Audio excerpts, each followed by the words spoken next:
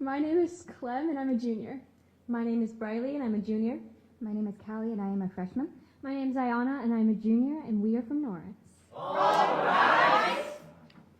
When my mom told me we were moving out of town, I gotta admit, I had no clue what Hickman was. When I went with them to look at our new house, I was bored. The drive up had only cornfields. When I found out I was moving schools, I cried. When I found out I'd be riding the bus, I cried harder. Home is a place I recall in fragments, not where the people who bore me reside, nor the generations of children after me. Home is a small brick house on a long, winding road. No one lives there anymore, yet memories of decades past keep breathing. Living in a small town is lonely. I spend so much time alone because I never have the courage to ask people to spend time with me. I don't want to waste their time. I don't want to be a burden. And I cower when I come face to face with the word no. I spent my first summer in my new town alone, walking to the smoothie shop once a week just to make my mom happy. I spent the end of my 7th grade year saying goodbye to friends I knew I wouldn't see again. I've spent the last few years in my small town feeling a little bit alone. I've spent the last 5 years in a small town walking around, wandering. Home is honey glazed in sunlight, filled with warmth and sappy emotions, memories of small, sticky fingers, or stained footprints on beige carpet. And although I have friends in this blooming town, I still feel alone. It's hard not to feel alone in a town I didn't even want to move to. We're trying to survive, yet the isolation is keeping us from contact. Our town is secluded, yet my name isn't known. Thrown in the back like everyone else. Home rests wherever there is laughter, blooming flowers and singing birds, children playing in the tall grass, catching frogs and collecting stones. I've stared at the familiar water tower by my neighborhood so many times, and it's probably still the most interesting thing to look at, unless you find the Dollar General sign intriguing. I've biked through the streets, been to the local gas station, and climbed the roof of the theater twice, scraped my knees both times. Worn down and loved, home is not the place I sleep at night, or the pillow I rest my head on. In my dreams, I play in the red house down the street. But the birds have become my friends, and a bike path, and the afternoon spent staring at the church's stained glass windows. It turns out that the sun shines special as it spills across golden corn stalks. And when your friends are few, you'll learn to love them the most. I try to make my life here a little less lonely. Brick by brick, this town has become a little bit fuller.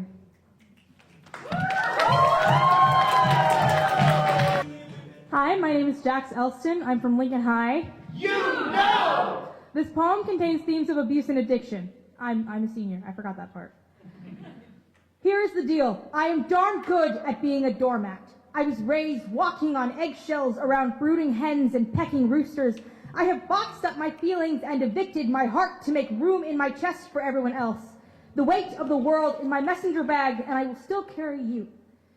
People say fight, flight, freeze, fawn, appealing to the aggressor. I don't think my parents understand that I am the deer they are hunting, baring my throat to a bullet because it will make them happy, shedding my antlers to avoid stabbing them. Their camouflage comes in the forms of handcuffs and ankle monitors. Their rifle is a little orange bottle with a big white label, hydrocodone. And it is loaded with little blue pills that make you feel the world spinning but take the pain away. When they kill me and mount my head, they will sell it because they need the money for their next dose more than they need a son. I am sick and tired of being hunted. This doe has bucked up and is growing his antlers into blades because I am done appealing to the aggressor. It is my turn to aggress. Let's start here, Mom. I hate you. People can say you're my mom all they want. I am not obligated to you. I am not obligated to love you. I did not ask to be born. I do not owe you gratitude. I do not owe you anything, and if I never see you again, it will be too soon. Dad, try harder. You neglect your apartment like you have neglected our relationship. There are roaches on my walls and dishes in my sink. Why should I care about you if you don't care about yourself? Spoiler alert, I shouldn't. The caseworkers saw my guardianship papers. They say that therapeutic contact is in my best interest. Like it didn't take my mom 16 years to get even a little sober, and like Dad cares about anything at all, and like I don't know what is good for me. I've been in foster care for 2 years living with my grandma, and I have literally never been happier. So to all of the doormats of the world, all of the hunted deer and the frightened rabbits and the feral dogs who bite because they have no other choice, those who speak out too much or those who speak out not at all, you're sick of all that sunshine and rainbows, of it gets betters and inspirational cat posters and school counselors, but they're right, you know, because it does get better. It's not easy. It's no hanging in there, cat, but it will. The world is what you make it, so make it yours.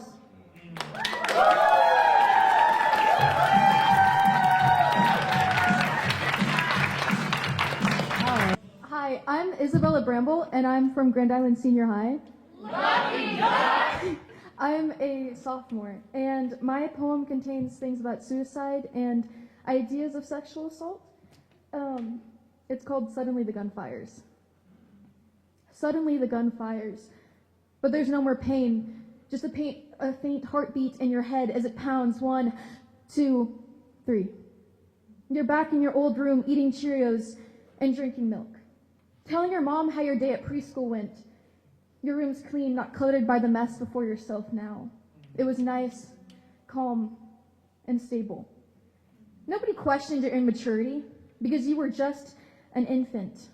You were the star of your own show. This is how it was before. Before the lows felt too low and before the highs meant you were about to fall again. I remember the first time I felt trapped. The first thing my mind thought to do was to jump from the second story. What is committing? Because no one thought to save me. You weren't serious, of course. You were 6. You were a kid. How do I commit? Trying to escape from the monsters that had crept out from under my bed, the ones that would try and tickle you, would try and torture you in your sleep.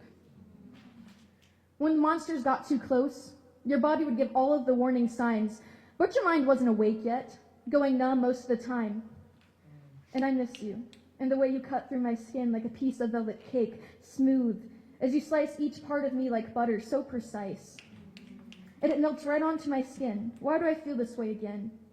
Why have I allowed myself to dig deeper beneath the flesh, allowing hurt to show in the finest of places? What if I commit? As adrenaline rushes, I asked for this, I want this, so why am I shaking? Why is my body reacting as though I am nervous? I guess a part of me wants to coexist, but the other part is still somber with the feeling of death. Till death do us part, they say, but I believe this is where my heart lets go, and I am now scratching at the finest of places of my skin, reacting to the blood as if I have been waiting for it to spew from this mess that I have created. My whole story has been written on paper, has been put into stanzas, and no one has noticed. There were so many signs. Pay attention this time as my skin becomes covered in sweaters and hoodies, but you know I don't like long sleeves. Pay attention as I pull down my shorts because they're revealing my secrets of how I please this hunger to draw, but not on paper, on skin, tattoos on the skin without the ink. It's happening again, the numb. As it shocks my whole body like an electric fire going through my veins, I think I am going to commit.